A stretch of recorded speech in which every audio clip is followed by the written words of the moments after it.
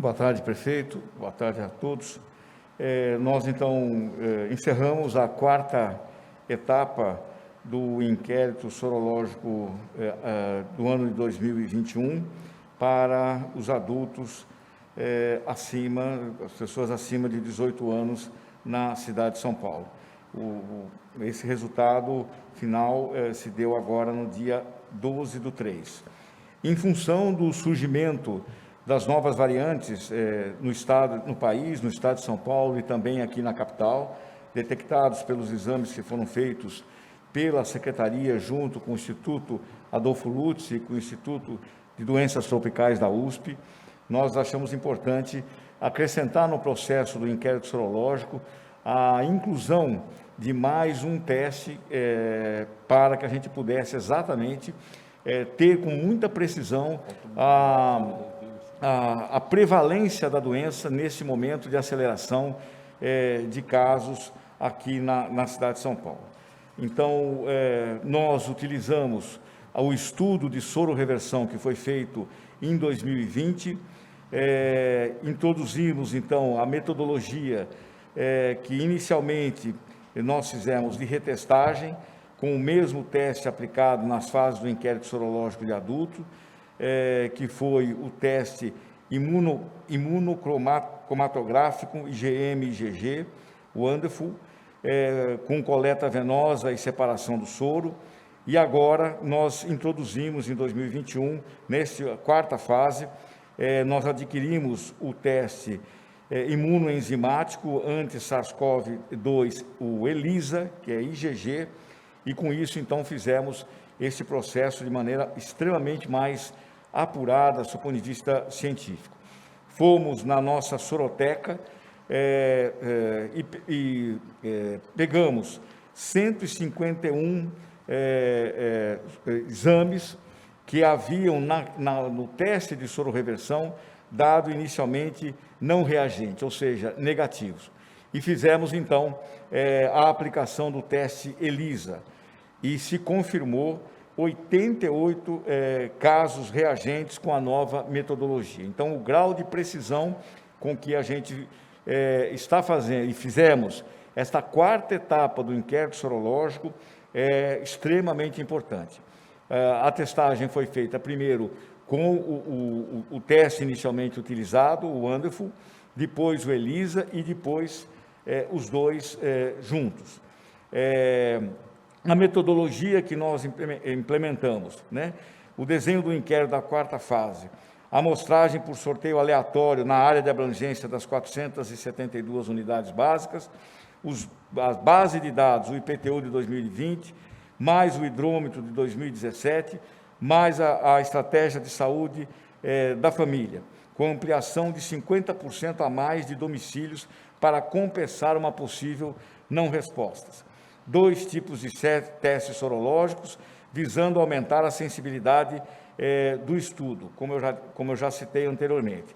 Os exames foram realizados no laboratório da Prefeitura, o LabZoo, com técnicos padronizados, a coleta e a entrevista realizadas pelos nossos profissionais na área das 472 unidades básicas.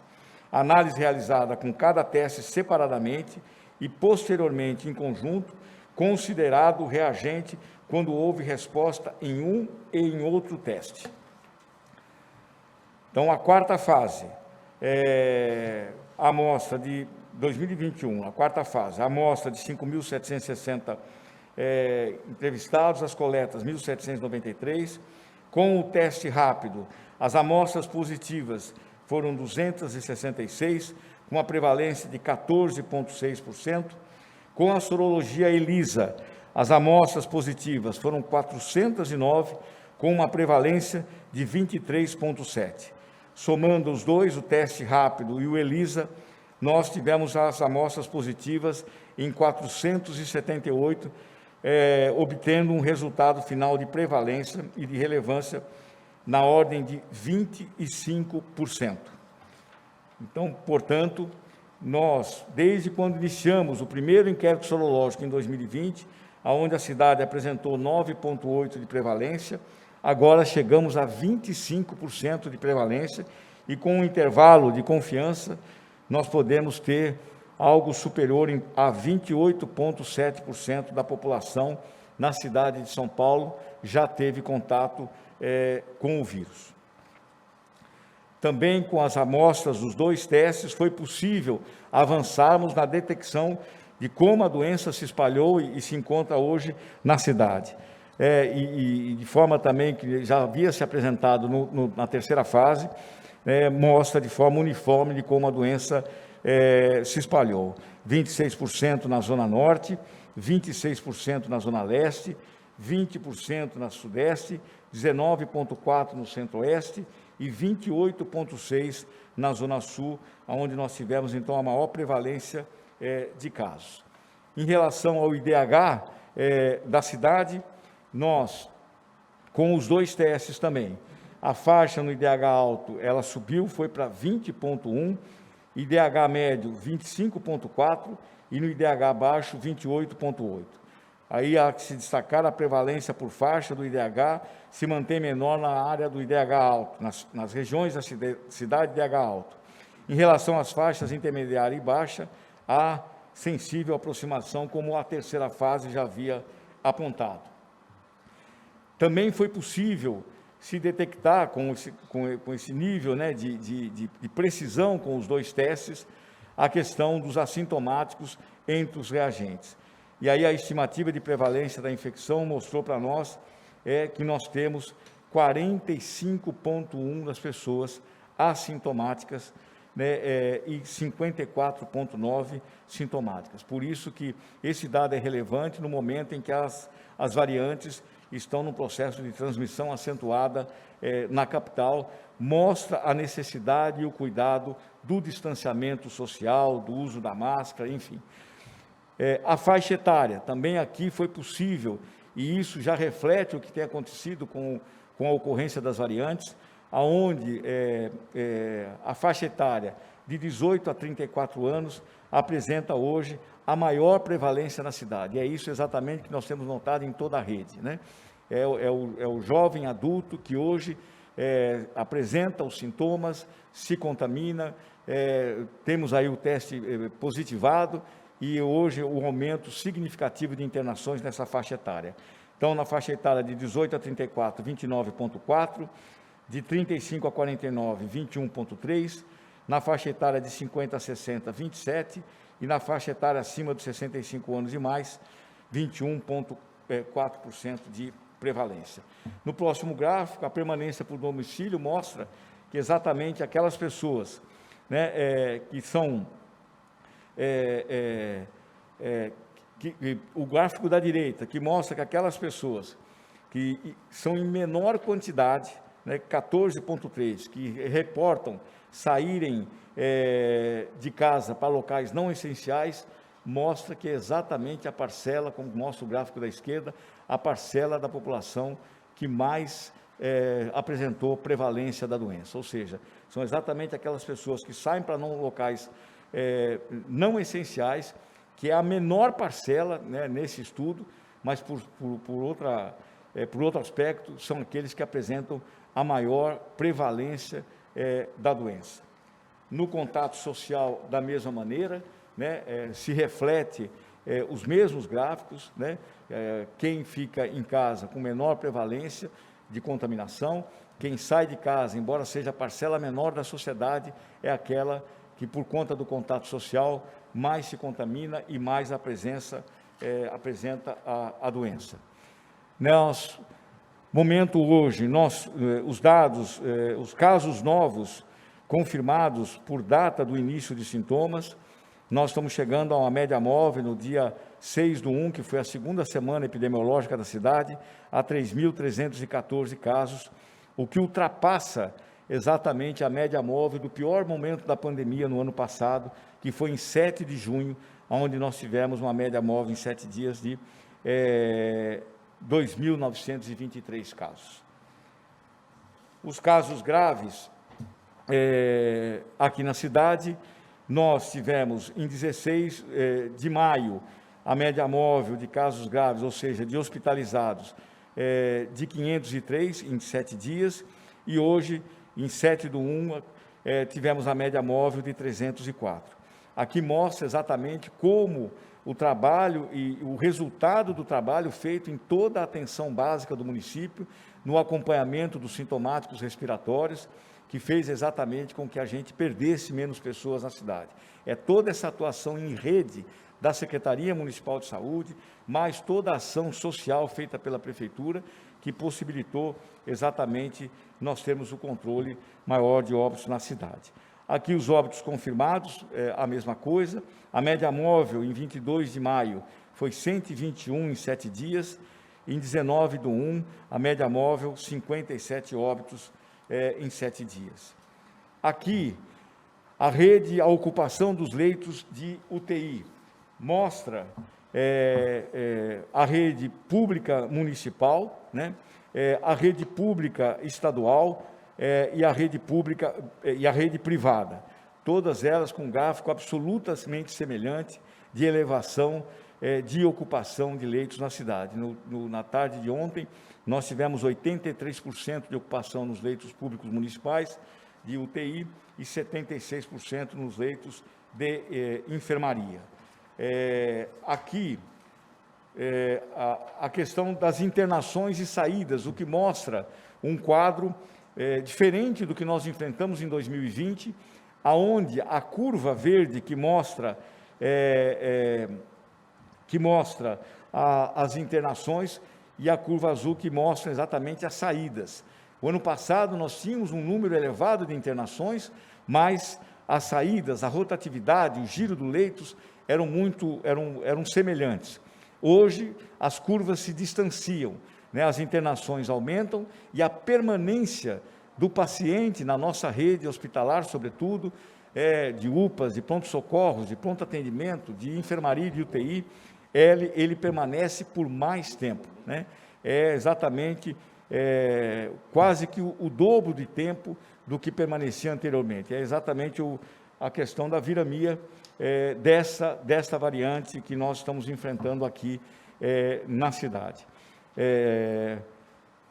As considerações finais, então, a prevalência estimada na fase 4 foi de 25%, ou seja, 1/4 da população acima de 18 anos ou mais, residentes no município, apresenta anticorpos contra o SARS-CoV-2.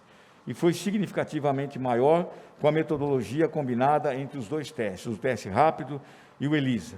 Os assintomáticos saltaram para 45,1%, acima dos valores observados nas fases anteriores. A maior prevalência entre os indivíduos de faixa etária de 18 a 34 anos, residentes nas áreas de IDH médio e de IDH baixo, e que referiram contatos sem restrição e que não permanecem no município, no domicílio. Os resultados colaboram com a necessidade da manutenção das medidas de distanciamento social, uso de máscara, permanência no domicílio e restrição do contato social. Então, considerando toda essa situação, o aumento do número de casos notificados no início de fevereiro, a circulação de novas variantes de SARS-CoV-2 no município, o aumento de casos de SRAG hospitalizados, o que demanda a maior disponibilidade de leitos de enfermaria e de UTI, como já apontou o prefeito, a Secretaria Municipal de São Paulo. Primeiro, nós vamos aprimorar o protocolo de atendimento dos pacientes de Covid-19 na cidade, parâmetros clínicos e laboratoriais, para a identificação oportuna de risco, para sinais de agravamento que poderão impactar a redução da mortalidade e da hospitalização. Segundo, a forte recomendação para que todas as pessoas, sobretudo os jovens, a qualquer surgimento de sintomas, procurem imediatamente uma unidade de saúde do SUS municipal, para encaminhamento aos nossos hospitais dias. Nós vamos fazer exatamente como a mudança do protocolo, já em abril do ano passado, agora mais do que nunca com as variantes, com o aumento de contaminação de jovens. Normalmente o que nós temos sentido é que o jovem demora mais para procurar o sistema de saúde e quando chega no sistema de saúde, já chega em condições agravadas. Então nós fazemos um apelo, sobretudo aos jovens, para que surgindo qualquer sintoma, procure uma unidade de saúde imediatamente. Como disse o prefeito, nós estamos então abrindo para enfrentamento dessa situação, 555 leitos de Covid, 130 leitos de UTI na próxima segunda-feira, dia 15, 100 leitos no Hospital do Mboimirim, 20 leitos no Hospital do Guarapiranga e 10 leitos no Hospital São Luís Gonzaga. 185 leitos de enfermaria também na próxima semana. 105 leitos no Hospital da Cantareira, já na segunda-feira. E durante a semana, 60 leitos no Hospital Capela do Socorro e 20 leitos no Hospital Sorocabana. Estamos também abrindo 240 leitos nos hospitais dias do município. Nós vamos suspender, já acertamos isso com toda a nossa rede, estamos suspendendo todas as cirurgias eletivas nos 16 hospitais dia para a conversão desses hospitais em hospitais de baixa e de média complexidade, alocando em cada um deles 15 leitos para atendimento prioritário dos nossos pacientes das AMAs, porque também as nossas UPAs, nossos pronto-socorros e pronto-atendimento, sofrem hoje uma enorme pressão e nós já temos que deslocar os pacientes que passam pelas AMAs já para esses equipamentos. Estamos hoje, foi publicado hoje pelo Diário Oficial, autorizado pelo prefeito Bruno Covas, a contratualização de leitos privados de enfermaria não Covid na rede privada, para transferência de pacientes da rede pública para esses locais, liberando espaço nos nossos hospitais para abertura de leitos Covid. Mantemos o edital para contratação de leitos de UTI de enfermaria Covid em toda a cidade. E o chamamento público, dia 16, agora próximo, para o aluguel de mais 49 respiradores no município.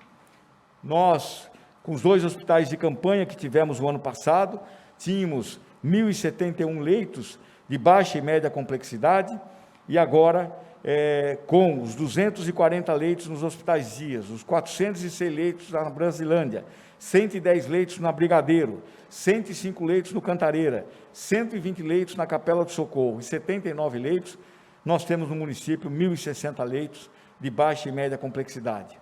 Os hospitais dias que vamos abrir esses 240 leitos, são 3 na Zona Leste, Itaim Paulista, São Mateus e São Miguel, 2 na Zona Norte, Brasilândia, Freguesia do Ó e Vila Guilherme, 2 na Zona Oeste, Butantã e Lapa, 4 na Zona Sudeste, Ipiranga, Moca, Penha e Vila Prudente, e 5 na Zona Sul, Campo Limpo, Capela do Socorro, Cidade Ademar, Mboimirim 1 e Mboimirim 2. Como também colocou o prefeito, segunda-feira iniciamos a vacinação das pessoas com mais de entre 75 e 76 anos, que são 115 mil pessoas na cidade. 468 unidades básicas estarão, então, trabalhando, 16 drive-thrus em UBS, 76 drive-thrus em UBS, os nossos 17 serviços, os nossos SAIs, 3 centro-escolas e 83 postos volante. Nós estamos pedindo, inclusive, para que as pessoas que estão tomando a segunda dose devam ir na parte da tarde nas nossas unidades, para que a parte da manhã fique para os idosos que estão sendo vacinados pela primeira vez. Os 14 mega drive-thrus para vacinação são esses que estão, então, aqui relacionados, né? Estamos abrindo agora no shopping Campo Limpo, no Parque Vila Lobos e no shopping Aricanduva também.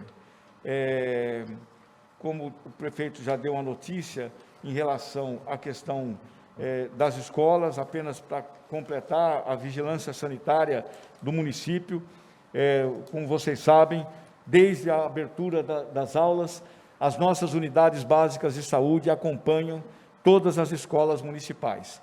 Nós estamos já no 3º boletim, tivemos na primeira semana, do dia 14 ao dia 20, 173 surtos de síndrome gripal, o que significa 2 ou mais casos numa escola.